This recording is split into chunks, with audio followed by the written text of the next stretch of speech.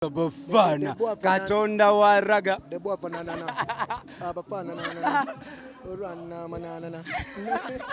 gwe obadde ku stage bonna obagadde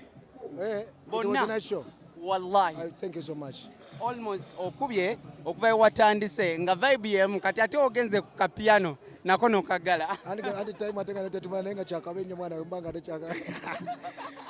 wembanga mukisiba logandi chaddala nenga moment yangati yera yeyo omaninga boga nti okikuba kwe kubanga okikuba artist muno nagamba at least let me step there because we bakulabye so senenda ba vampino najja nayingirawo Chameleon gave the respect given the fact mbade tagenda kuba ku stage that is much respect. I respect back don't know gomanyi mwana chakabinyo okitegera because bebana abantu wali you're looking up to you know ngotandika right now they give you that respect and now Chameleon naye waza agambye Ziza Bafana nenga mwana nsima nnyo era ate na chakabyo kubanga abantu basobola kuwa budde n'obayimbira omanyi wano zino moments ze tubaddenga twagala mu kuyimba oyimbire ku bantu nga kati eno regime y'abantu eri wano etegeera kye tukola abamu si bayimbi naye balina artist wano waliwo abantu bangi wano kati abantu bano kyakabyo kubanga basobola kuwa attention ate ne replying back even the big artists ne bajja ne bachiringa oshtegera ne bachiringa ne stage n'abantu oshtegera I respect it stegera yabana so bana Uganda ngo batwinde walieri bakwagadde nnyo all the years you've traveled mu covid waneno wagenda no traveling amu nogena in different countries abo bafana bakubereddewo from the word go ticho yinzo bagamba ndi kuma vivi nsaba nnyo music industry yaffe ngayo mutandiso jepekinga nga tetuvudde mu covid kibeere bwe kityo tusobole okukola tubaddize because febe mulaba abantu bamukungana nga muli bangi sente tusobola zifuna nebo tuzifuna mu kimanye tuzizza ne tutandika okwekulakulanya bano n'okuinvestinga ne tufuka abayimbi abanna maddala ne tubanga tuli mu kwejalabya bwejalabya kibalina okumanya nti piki gye bawadde music singa tugenda mu maaso ne beeyongera kale art kubaka fe kibadde ekituluma nti bantu babadde tebawa budde art nga bo bawa budde muntu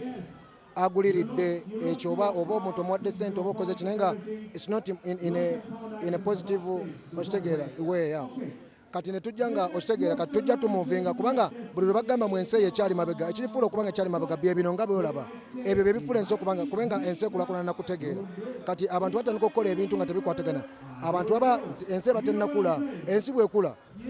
ogenda kulanga abantu batandise oli nga atandika okwebuulirira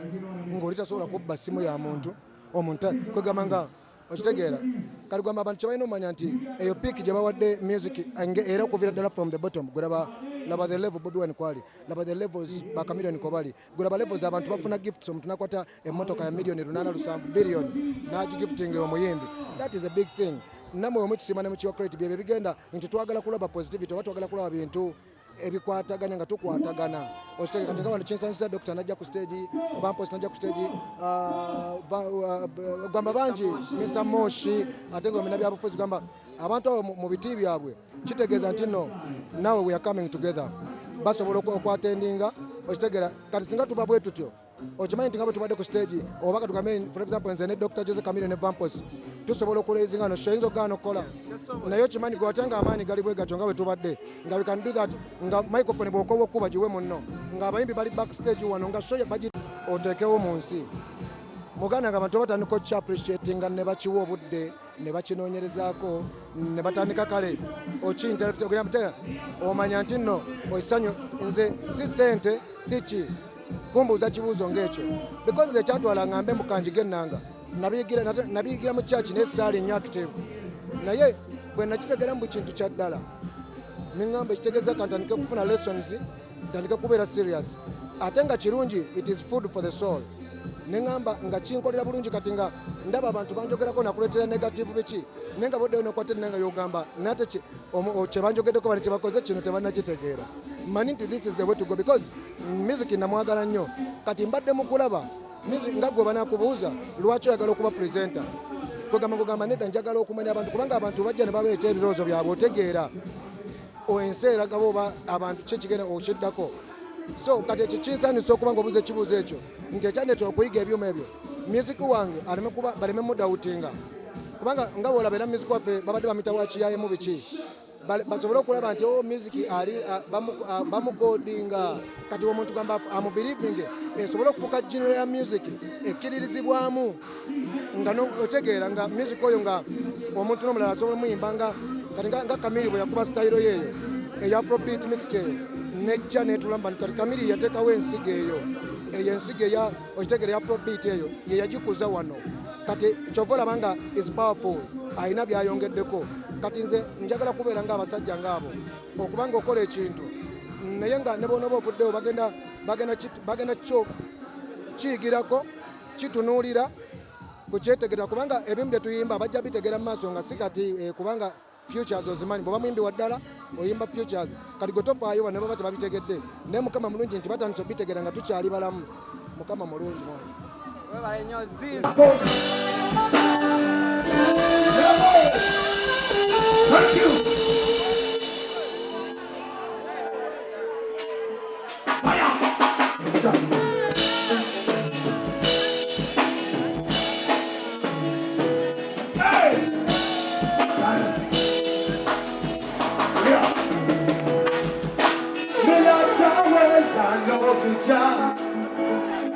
Ladies and gentlemen, this is a gospel song. It's a new song. I know everyone here have got a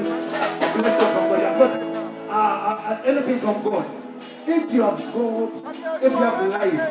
it's the first thing that you have to thank God for. Katonda wa ile cha kwenda na kwenda maja kwenda wana kote chi. Ndio kama wana inoma watabu wewe wewe unataka mtu abantu wake bwana watu wale nikiambia. Nenda kumbea kwa kwa Katonda. Ulia chikambo chino sa. Oya. Mela chawo zanga kucha.